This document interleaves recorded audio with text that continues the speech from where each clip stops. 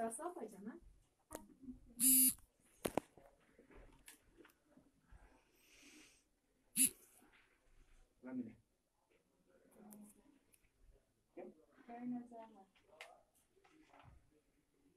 Hazır şöyle oldu жатат. Бұл жер қайсы районда, қайсы көшелі? Жиделік 70-ші көп қабатты үйі, бірінші этажда. Сынай бір үйге даярдалып тұр.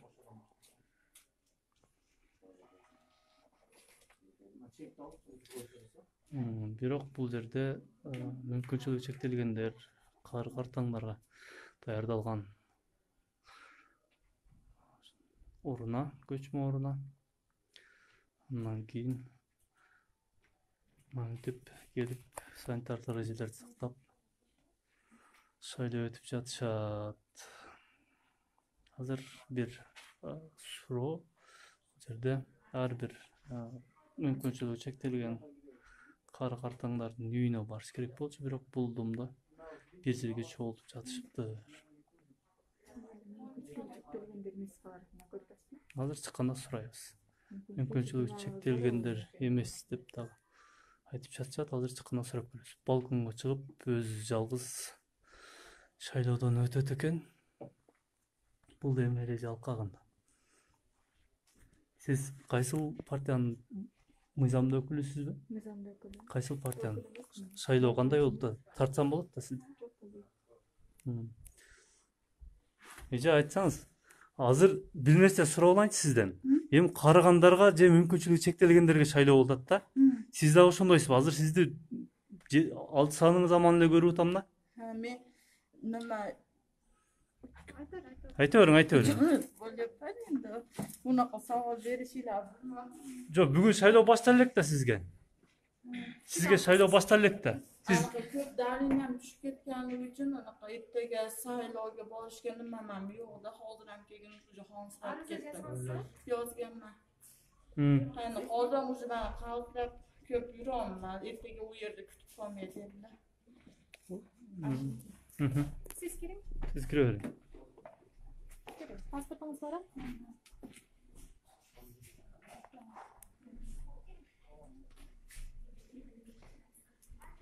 Бул жерде азыр 100ден ашык шайлоочу ушундай тартипте өтөт экен. Бирок санитардык абал кандай болот анда?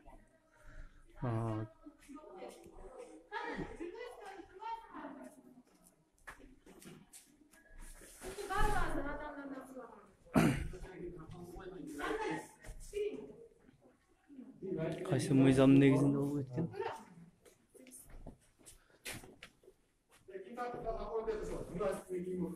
Moza kızı. Ne oldu?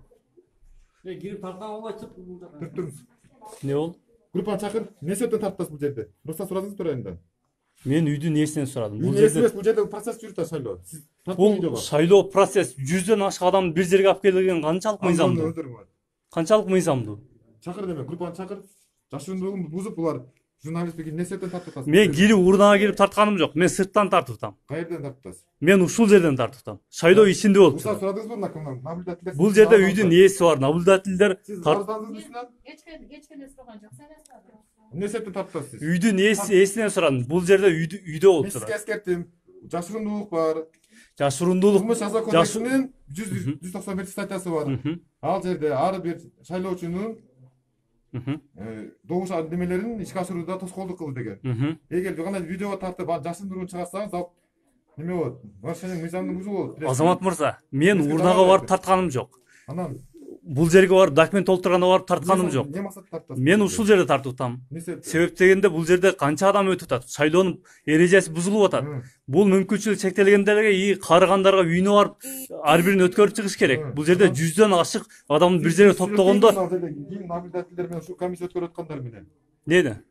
кандай Азыр процесс болуп атат? Сүйлөштүм. Не кимдер? Бул жерде мүмкүнчүлүк чектелген карыгандарды ушул жерге топтоп өткөрүп атабыз. Физически жетишпейбиз уда.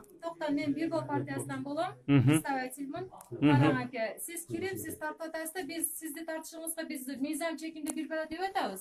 Biroq siz chiqib atgan odamdan so'rab o'tasiz. Mana nablюдательдер janimda turadi. siz emnege kelip atasiz, arız jazdыңыз, ал айтып атат, мен арыз жаздым деп атат. Ага. Siz айтасыз, siz кара эмес экенсиz, башка нерсе эмес экен, siz барып өтпөйсүзбү деп атасыз да аке. Арыз жаздым дедиби? Эми аке карап туруң, биз дагы Курбан чакырам. мыйзам боюнча иштеп атабыз. Биз дагы мынаны алыш үчүн окудук да канча жолучу. Эми карап туруң. Бизге выездной дегенде давлениясы болушу мүмкүн, баласы болушу мүмкүн, шайлоо күнү барып өтө албаган адамдар арыз жазат. Мына жака келип 76 адам бизге арыз берген. Аны биз 10 күн мурда шайлоо участогуна тапшырганбыз.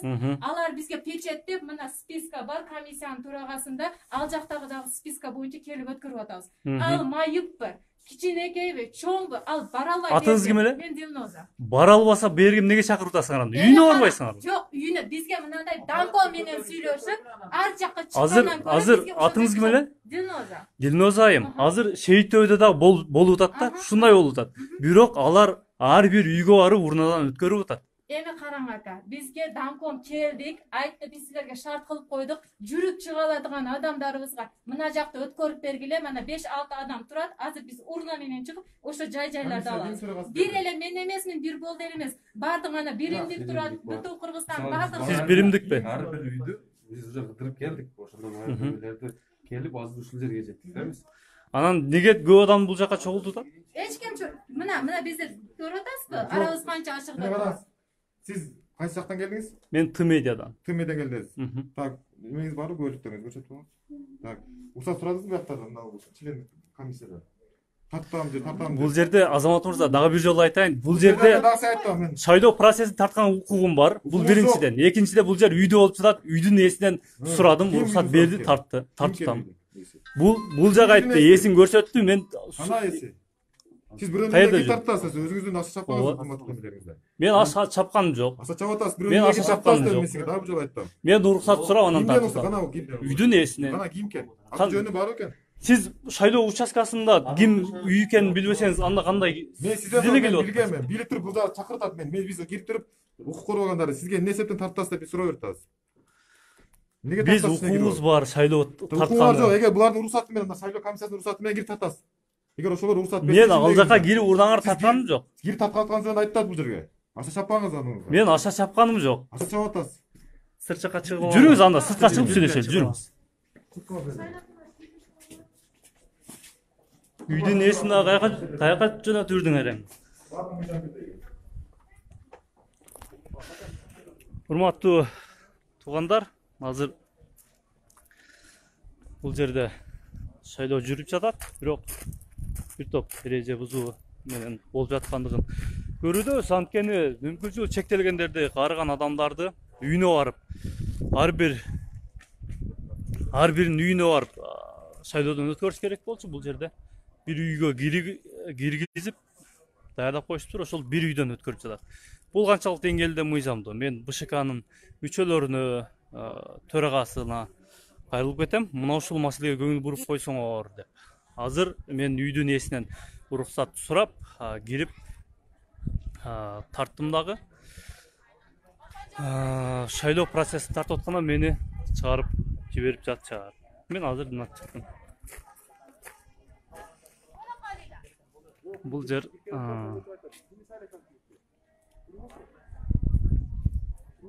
кандай дейсиз? Мен кимди шайлайт деп сураным жок.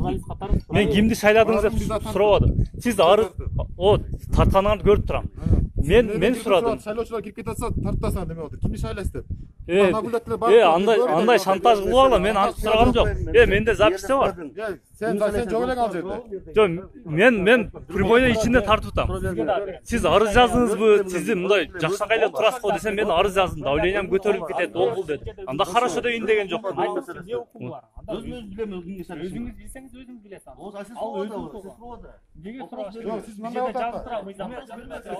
кирип кетаткан шайлоочулар кимди шайлайсыз деген алып турам эле ал. Кирип кетип аткан жок ал. Мен Видеодон көрдүм. Тиделик 70-үй экен. Бул жерде бир топ милиция кызматкерлери дагы бар. Бирок шайлоо процессин тартканга укугуңар жок деп азыр айтып жатышат. Биз өзүңөр көргөндөй урнага кирип шайлап аткан тартканыбыз жок. Биз жөн гана кирип кетип аткан моменттерди тарттык. Биз дагы шайлоодогу укугубузду абдан жакшы билебиз. Андыктан бул жаатта этияттык менен мамиле кылып жатабыз. Аны мен келген, мени көргөн жокмун ача. А бирок Бул мен жакта элдерден сырттан. элдер бирден келип шайлап кирип жатышат. Колдоп атасыңар, ким шайладыңар? Анан шайлоо кандай өтүп атат? Буга чейин Жакта үйгө кирчиле. милиция кызматкерлери.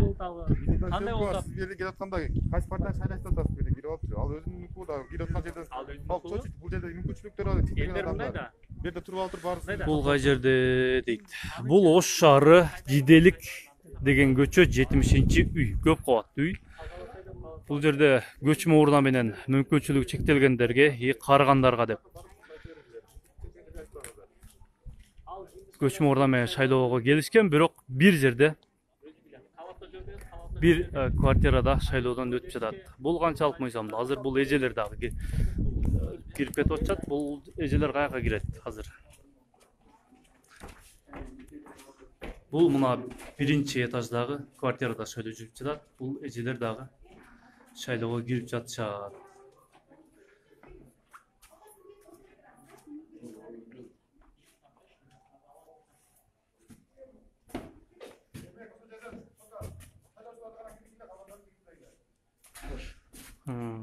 Партиянын адамдары, жөнөкөй спорттук дене түзүлүштөгү адам жигиттер дагы келип телефонду тартып жүрүшөт.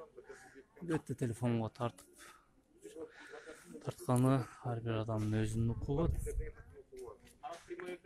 Прямойданмы?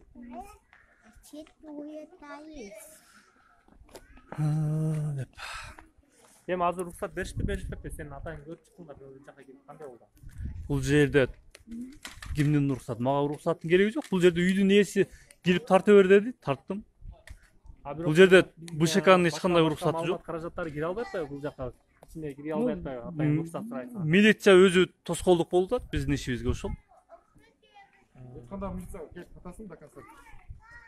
Кайсы жерден милиция тоскоолдук кылат сизге? Азыр чыгарып бердиңер го бияка. Чыгарабыз. Сиз уруксат сурап туруп киресиз. Сиз кирип алып туруп, ал жерде уруксат жок кирип тартып атасыз биринчиден. Экинчиден үстүңүздөн бул жерде наблюдатель арызданып. Бул ким? Бул кирип алып туруп бизге тартып атат, давление кылып атат. Мен ошол наблюдательдердин көзүнчө үйдүн ээсинен уруксат сурадым. Ошол сиз айткан бир болдун. Бир болдун. Биримдиктин. Анан жана Асейин деген бала чыкты. Ал мэрияда иштейт, ал жигитти жакшы билем мен. Жок. Кимден тарттыңыз? Кимден сурадыңыз? Мына представитель партиялар баары турат жерде. Хозяинден сурадыңар. Ооба. Анан кирдиңер дагы, кирип шайлап чыккан адамды силер допрос кылганга акыңар жок да. Ал кирип качан шайлап бизге список келген. Алар арыз жазган, биз мүмкүнчүлүгүбүз менен бара албайбыз деп. Ушундай ситуация менен ооругандар бар, баягында болгон. Атыңыз ким? Бизге алып келесиң эртең. Атыңыз ким? Назар. Назар мырза.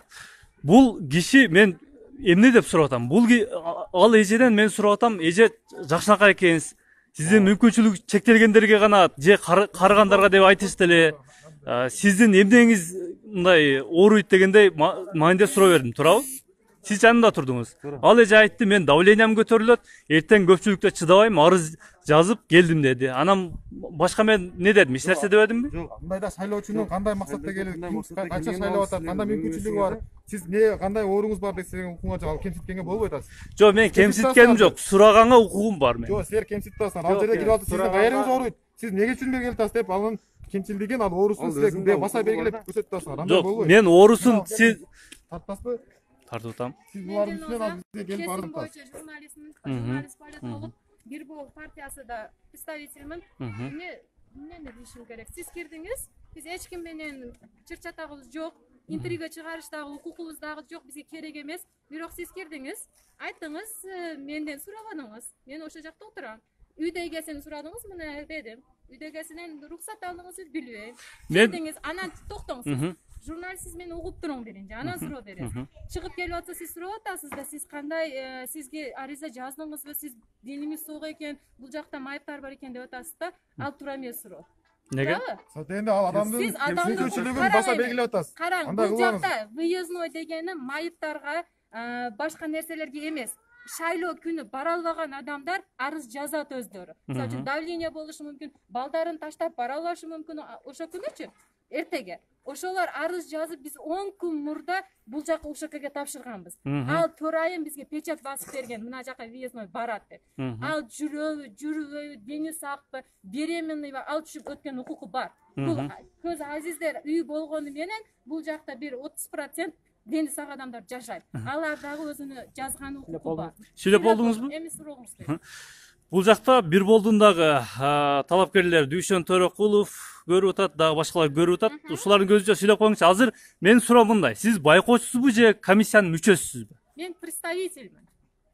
Бир болдун ишенимдүү өкүлү. Ишенимдүү өкүлү. Ишенимдүү өкүлү бул жерден адамдарды сиз арыз жазың деп ар биринин арызын деме кылганга сиздин укугуңуз жок. Бул биринчиден. Эми мен суроом берип алайын. Буга чейин түшкө чейин шейтtöбөдө ушундай эле көрүнүш болду. Ар бир адамдын үйүнө барып шайлоодон өткөрүштү. Ал жакта дагы партиянын өкүлдөрү жүрөт. Мен сизге суроо берейин, байкоочу катары. Бир болдун байкоочусу экенсиз. Азыр канчалык деңгээлде мыйзамдуу? Сиз окуудан өттүм деп атасыз. Ушул жердеги адамдарды бир жерге чогултуп шайлоодон өткөрүп атыптыр. Канчалык деңгээлде мыйзамдуу? Биз келип, мына жерде домком менен, биз өзүбүздүн ар жактагы домкомдар менен, биздин комитеттер менен келип, ал аке бизге айтты. Мына үйдү даярдап койдук. Ушул жакта жүрүп түшө тургандар түшүп өтсүн. Биз сиздерге шарт кылып койдук деди. Биз алар менен келишилген алда биз кыйналсаңар биз үймө үй чыгайлык десек, жок, бир үйдү өтүп алгыла, анан майыттар бар, честно жүрө албай турган, ошолорго чыгып өтөсүңөр деди. Биз ал келишимди мына не только мен, бардык комитеттер мына жакта жүргөн бардык байкоочулар укту. Ошон үчүн биз алар менен келишимде адамдар кыйналып айтат. Биз дистанцияны сактап атабыз, мына көрүп атасыз өзүңүз. Бардыгында маска бар, антисептик колдоп атабыз. Буларды өзүнүн согласие менен биз өткөрүп атабыз. Же сырттагы ситуацияны көргөн жок. Бул мыйзамдуубу? Жок, мен сизди туура түшүнүп турам. Буга чейин дагы айтышты, ушундай болду депчи. Бул канчалык мыйзамдуу? Ошону гана мыйзамдуулугу гана сурап атам. Сиз эми айтып койсоңуз канчалык мыйзамдуу экен? Мыйзамдуулугу, мен азыр мыйзамды бузуп биз өткөрүп атабыз деген жокмун, дебейм.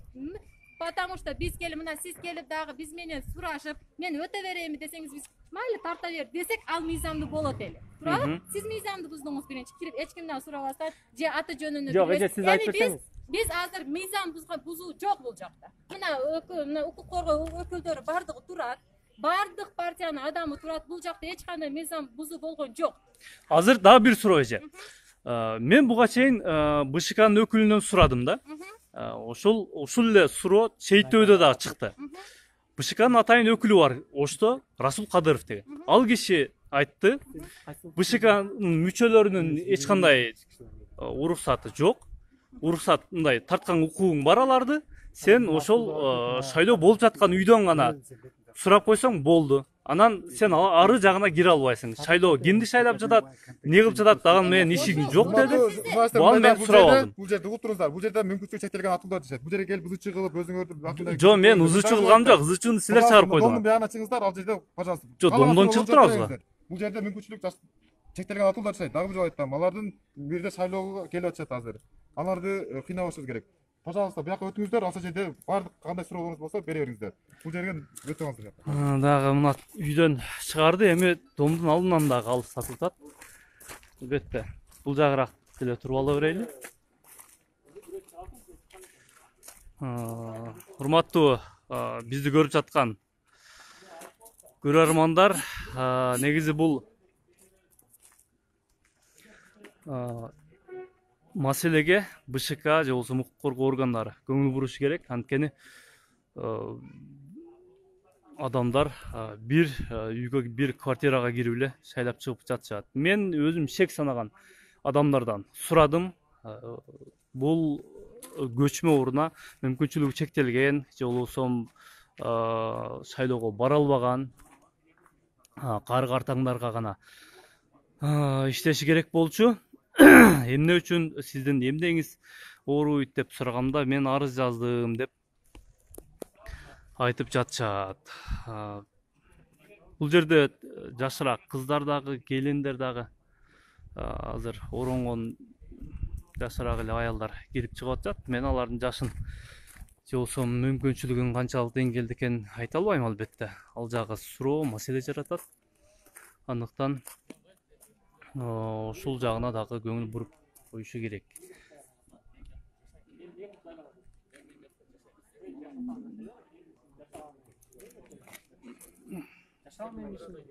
Жашоочулары. Sen maga azın bile cırtаңдап келдиң эле го астыга. Адыл. Досум. Успокойся. Азыр бул жерде тургундар бир аз чыгып калышты.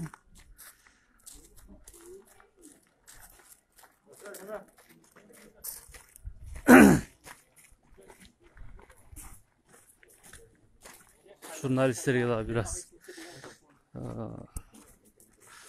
жакшы мамиле болбойт албетте мындай учурда. Yapılgan yok. Öz asfaltta sövgün otat. Tarap turaslar deymi. Бул жерде айттым, мүмкүнчүлүгү чектелген адамды ошол Gör jurnalistler sövgü otat mol жерде туруп алыпчы. Мен ага эч нерсе деген жокмун. мүмкүнчүлүгү чектелген адам болду. Ошол менен раз жүргүлө деп сөзү тастаган. Не деген? Ушуну Жок, Азамат мырза, азыр бир жакты карабайлы. Бул жерде жогорку билимдүү сөз. Бул жерде Азамат мырза, мени чакырып өзү Азамат сөгүп мырза. атат. Макул деп атам. Дагы эмне дешим керек? азыр бир жакты карабайлы. Мисалы сиз бул жерде тартипти гана көзөмөлдөшүңүз керек да. Тиле көзөмөлдө адам не? Тартипти анан журналисттерге нары тур ал бул деп сөгүп атсат, эми сиздин мындай мамиле кылганыңыз болбойт да негизи. Мен жок барбайм дейм да. Экөө бияка кетип атат. Мен экөөнү эмне кылайын? Жок айтып атам, мени сөгүп Жок, жок, сиздин жаныңызда эле туруп сөгүп анан чекеге тартып атпайбы? Мен барбайм дешим керек беле? Үзчү баздар дагы жок айтты. Өзү чыгылбайм. Башка жакка келем. Ак Бура милиция бөлүмүнүн жетекчисинин ордун басары бизди домдон да алысыраак тургула деп бул жакка чыгарып койду. Азыр бизди бир бол партиясынан талапкер Эсенбек Аржиев дагы көрүп жатат. Эсенбек мырза, бул жакта сиздин дагы бир бол партиясында ишенимдүү адамдар бар экен. Бир топ шек жараткан маселелер бар. Өзүңүздүн адамдарыңыздан сурап койсоңуз жакшы болот. Бул кайсы көчө эле?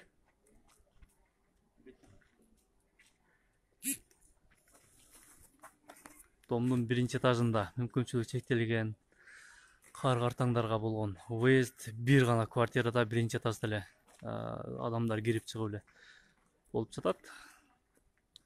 Бул нерсенин мыйзамдуулук жагын сурайын деп азыр бул жердеги шайлоодон өткөрүп жаткан аймактык шайлоо комиссиясынын мүчөлөрүмүн деген адамдардан сурадык. Бир болдун ишенимдүү адамынан сурадык. Биримдиктин ишенимдүү адамынан сурадык.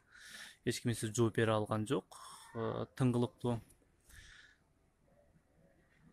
Бул түз эфирдеги маселени аймактык шайлоо комиссиясы, борбордук шайлоо комиссиясы дагы көрүп, өздөрүнүн баасын берип коюшу керек, албетте. Бул жерде бир топ милиция кызматкерлери бар. Бура милиция бөлүмүнүн жетекчисинин ордун басары бар. Азыр бир аз адамдар тарап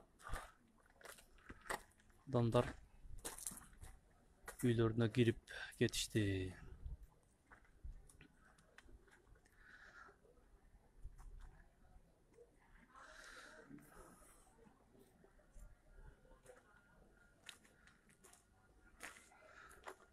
Жерин ат көчө кандай эле, Азамат мырза?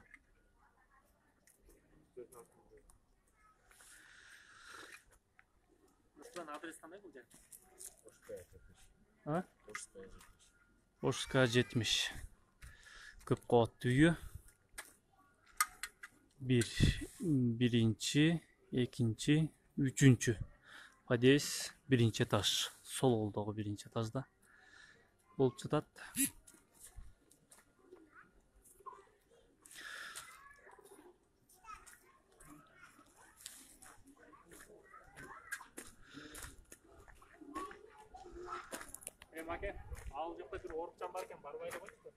Жүр кетейлеми, башка не кылабыз? Милиция киргизбей атса. Ким интервью алып тактап коелу. Бул жакта шайлоо процесси кандай өтүп аткандыгы туурасында бир 2 минут, 1 минут интервью берет. Ким интервью берет экен? Азыр сураганы ичине киргизсе, болбосо кетейин.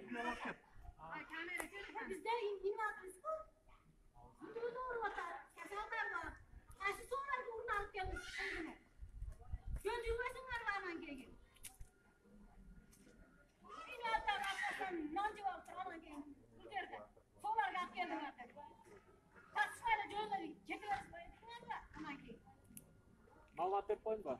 бул эже жаңы эле азыр мага бир жакшынака информация берип кеткен.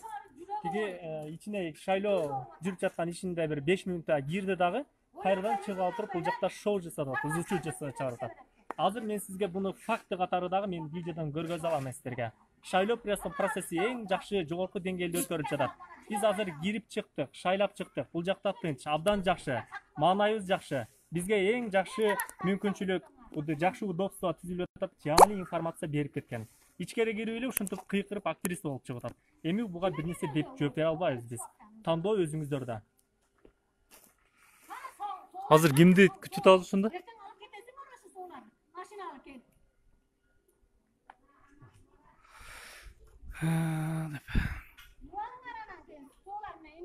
Азыр атып кетем, эмне керек экен? Кандай маалымат керек экен? Мында просто мындай.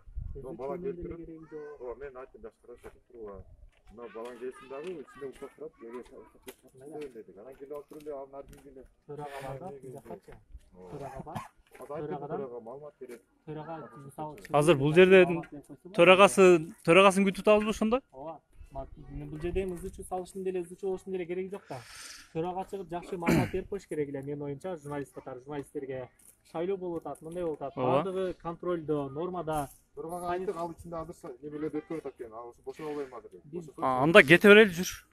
Чыкпайт экен анда. Бул жака киргизбесе зачем? Чыгып туруп пикирин айтып коюш керек да. Жок эми пикирин. Жок эми азыр ал кишини азыр чакырып бул жака интервью алсак, ал айтат да менин ишиме тоскоолдук кылып атасыңар дейт. Ошо андан көрө жүргүлө кете берели. Башка айла деле жок.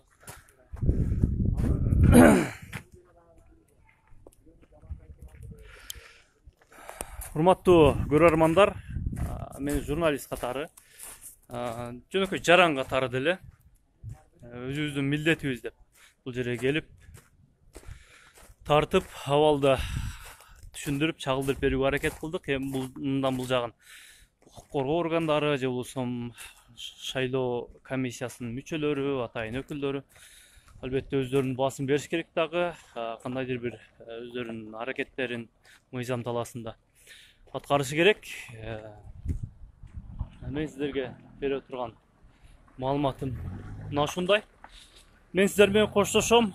Бул окуянын, бул жердеги абалдын андан ары кандай болду, мыйзамдуулук жагын албетте Борбордук шайлоо комиссиясынан мыйзамдуу расмий органдардан мен сиздерге тактап, кесиптештер менен биргеликте тактап маалымат берген аракет кылам.